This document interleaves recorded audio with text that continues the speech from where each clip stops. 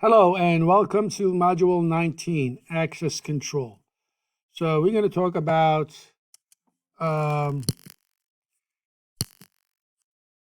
two things, access control concepts, and then we'll explain how the AAA works and the servers that are needed to set up. This is mostly for making sure that you have an account and username and password and things like that.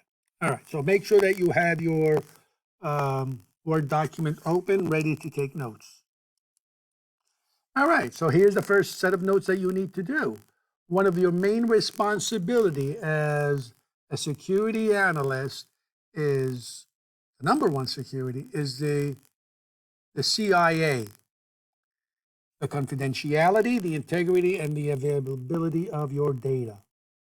So the first thing is confidentiality. How do you make sure only authorized users? Please write this down, right? So you got to write the CIA triad, all of this down here, the 3 bullet points as well. So confidentiality means you're only allowing people that are authorized to be able to see the data, either on the computer or in transit. How do you do that? How do you protect the confidentiality of the data? Encryption. Integrity. How do you make sure that the data has not been altered or corrupted? Either, again, on the computer, standstill, or in transit. You use a hashing program to double check. And if it is, you gotta, or maybe save it in other places just in case that the media that the data was saved on was bad.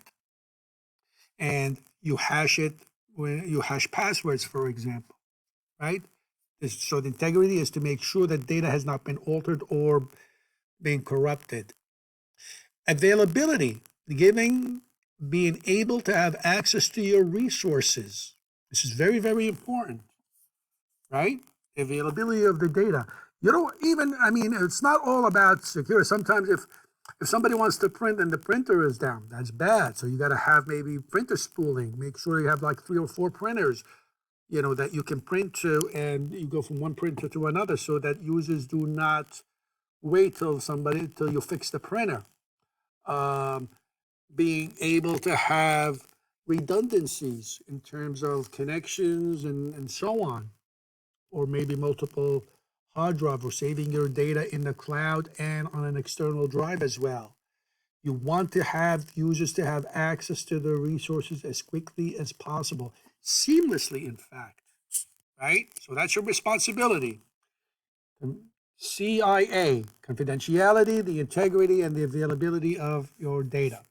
Zero trust. Okay, so the zero trust, please write you can write just the third bullet point, meaning you don't trust anyone or anything. Make sure, verify, and double check, right? So you start by, securing everything regardless of who. So there are the 3 pillars of zero trust are, you need to know these at least for the exam, the workforce.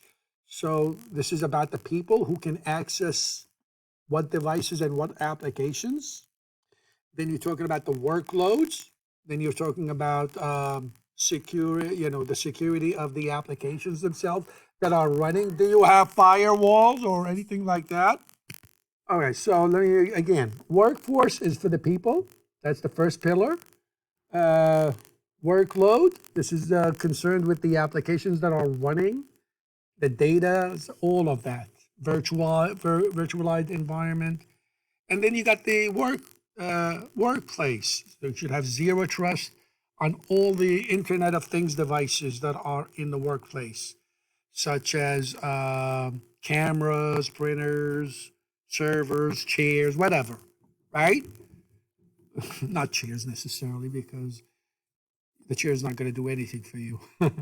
But anyway, so workforce, workloads, and workplace. Those are the zero trust. You don't trust any of those.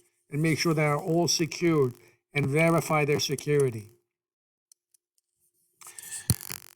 All right, so Next is we're going to talk about the control models. There are several models, and I want you to write these down and at least know the definition of them because they do come up on the exam. The first one is the first model that you probably want to use, don't want to use, is the discretionary access control, the DAC.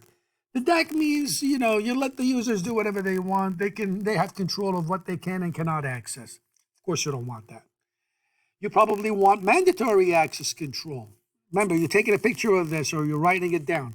MAC means that you restrict them from anything and double check when they ask for a specific access to a resource. And then you give them whatever, just whatever they need, the minimum.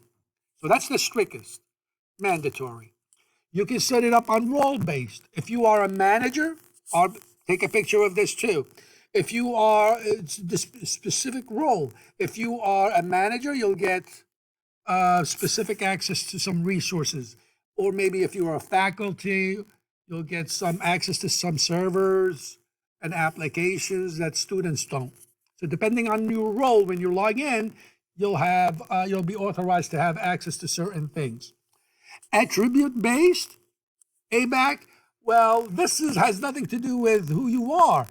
I can go to a specific file and put an attribute that will be read-only or execute-only. For example, I can set an attribute on it so that you can only run the program. You can copy it, can delete it, you can change it. It doesn't matter who you are and what rights and privileges you have.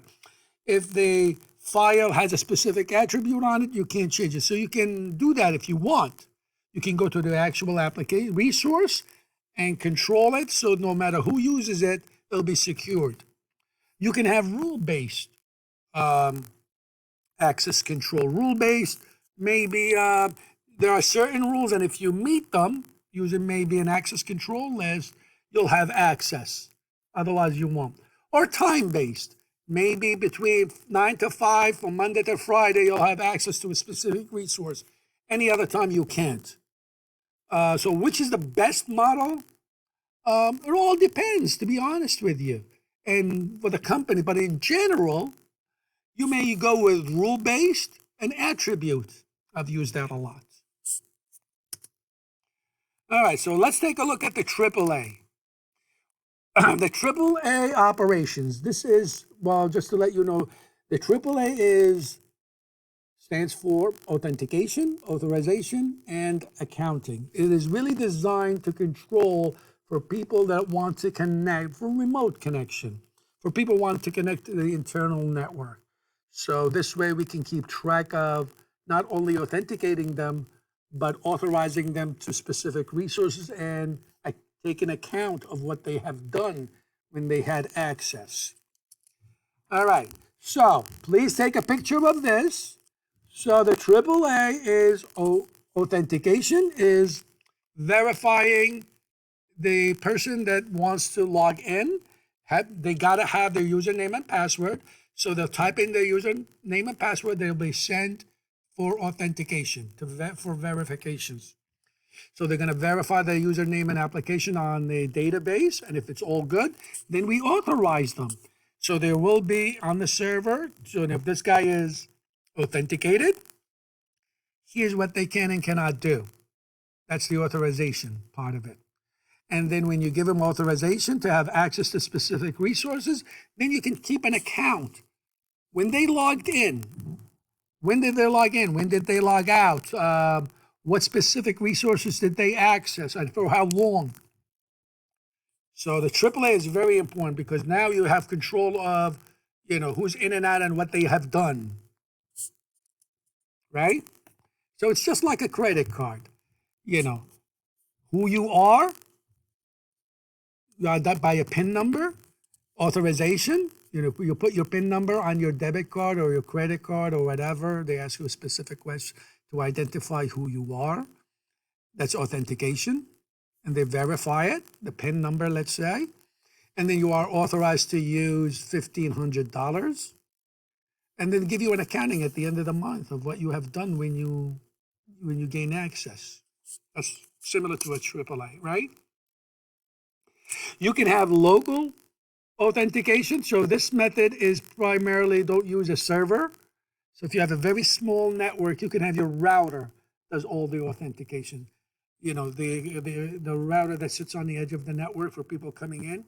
You can have that router to do the AAA for you. We'll do a lab, in fact, that will enable us to do this. So you can have, you log in, you go to the router that sits on the edge, you send in your username and password, and you'll be authenticated, and you're authorized to get into the network and do whatever you do, and the router will keep track of what you have done, accounting. All right, so that is the server based. I mean, the local. But you could do server based. Server based, when you're trying to log in, the router will pass your information to the AAA server where you will be, and you won't be able to get in until the AAA server tells the router, hey, this guy is okay. He's been verified and he's authorized to do whatever, and let him in, and then let you in. All right, so that's server based. Most likely, if you have, a lot of users, you don't want your router to be doing all the authentication, the AAA right here locally. You want them to do it on a server. So most likely you'll be setting up either a Radius server or a TACX server. All right, so please write that down. So a centralized AAA server, write the first down, the first bullet point, and the last bullet points at minimum. Okay, so you'll either be setting up a Radius or a TACX Plus server. TACX Plus is mostly for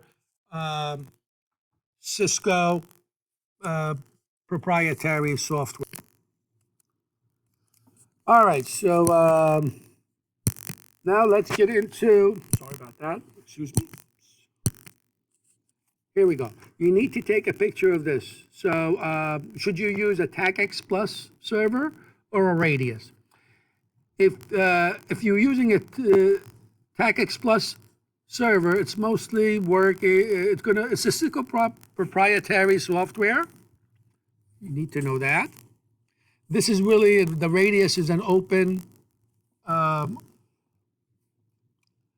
solution, so you don't have to worry about it. It works with any vendors. So you can connect to any router or switches and you'll be fine. This one uses TCP.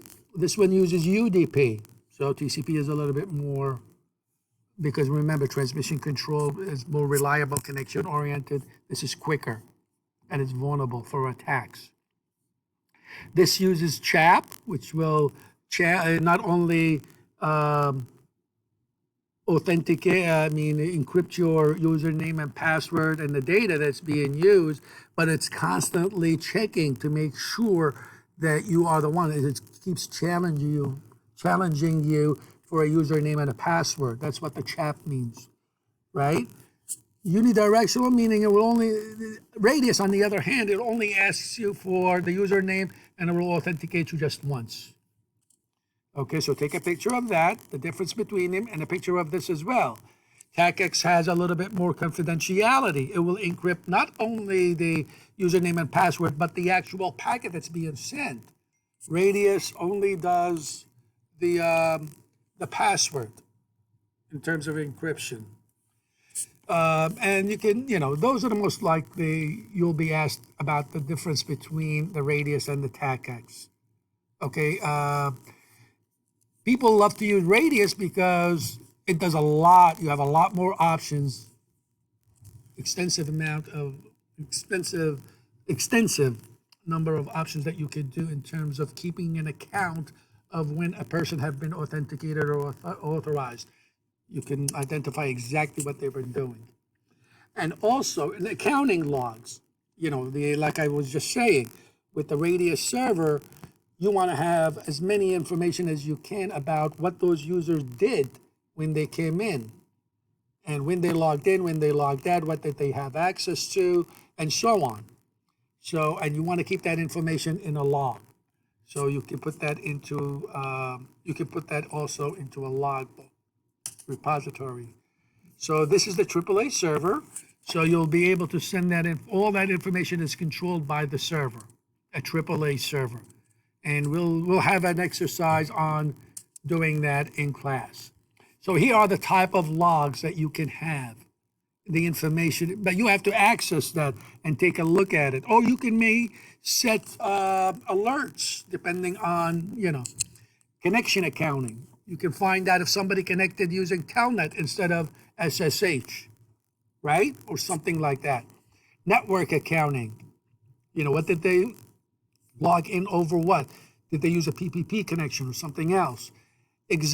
What did they execute with, the time, the username, and the password? Exec accounting, system accounting, command accounting, resource accounting. You keep keeping track of everything that they have done after they've been authenticated and authorized. Again, we will have an exercise in class as a class activity on doing this. Okay, so that ends Module 19. So please upload the notes like I asked you to. And I'll see you on the next